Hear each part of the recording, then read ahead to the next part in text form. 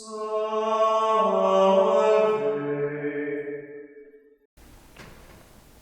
reading from the book of the prophet Isaiah. In the year King Uzziah died, I saw the Lord seated on a high and lofty throne, with the train of his garment filling the temple. Seraphim were stationed above.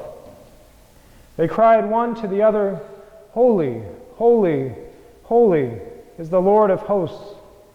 All the earth is filled with his glory." At the sound of that cry, the frame of the door shook, and the house was filled with smoke. Then I said, "Woe is me, I am doomed, for I am a man of unclean lips, living among a people of unclean lips. Yet my eyes have seen the King, the Lord of hosts." Then one of the seraphim flew to me, holding an ember that he had taken with tongs from the altar.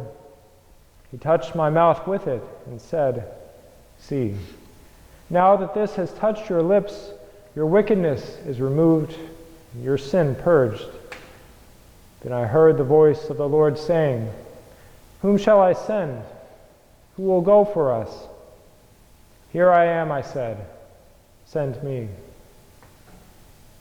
The word of the Lord. Thanks be to God.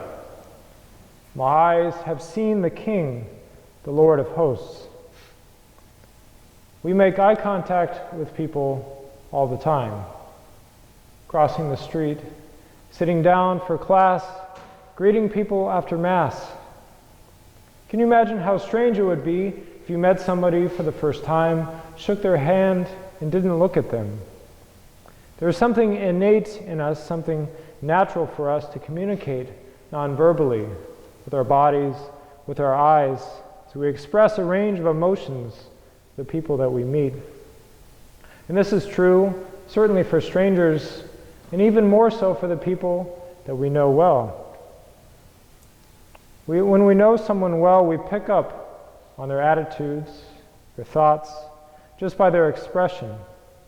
And even more so when we live with people day in and day out. Just think about us during rec, piling into the big van, when we're going here in the chapel, when we're walking around, when we experience those day-to-day moments. While playing Settlers of Catan, one can look across the table and know whether somebody is going to trade a sheep for wheat or not. Even with people we live with, there are moments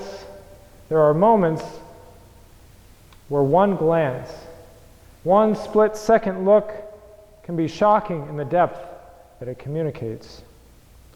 One look can knock us off our feet, immediately awestruck at the capacity to communicate as in a flash of lightning. A quick, piercing look from a dear friend can be worth more than a world of words. Think about an account of the gospel. After Jesus is taken into custody, Peter is sitting at the courtyard, the slow simmering fire, and he's being pestered about whether he knows the man, whether he knows Jesus, and he denies him 3 times. Just as the cock crowed, we read in the Gospel of Luke that the Lord turned and looked at Peter. Imagine that look, the Lord to Peter. Perhaps Peter could just as well have said the same words as the prophet Isaiah, "Woe is me, I am doomed. I am a man of unclean lips, living among a people of unclean lips." Perhaps Peter was reminded of an earlier time in his walk with the Lord, his call, where on the shore of the Sea of Galilee he said, "Depart from me, Lord, for I am a sinful man." What makes the saints humble? What compels them to share their lives freely, to be great missionaries, to live courageously, to be martyrs? They have seen the Lord.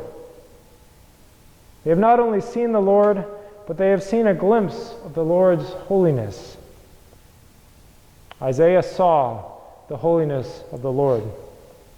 In a dramatic scene in which the Most High sat upon his throne, and seraphim cried out, "Holy, holy, holy is the Lord of hosts."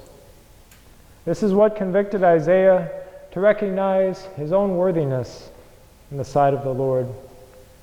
But it is the conviction of the preacher that this is not the end of the story. For in the Lord's eyes, in his gaze toward us, we see both mercy and mission. Will we allow the Lord to communicate to us in prayer his gaze of recognition to us?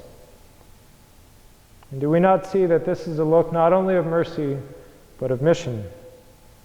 As preachers, nourished by this encounter, prayer with the Lord through Scripture, through each other, in the Mass, the Eucharist that we receive, we too will sound out like Isaiah, "Here I am, send me." And we too may say, "When I see your face, O Lord, I shall know the fullness of joy." Yeah.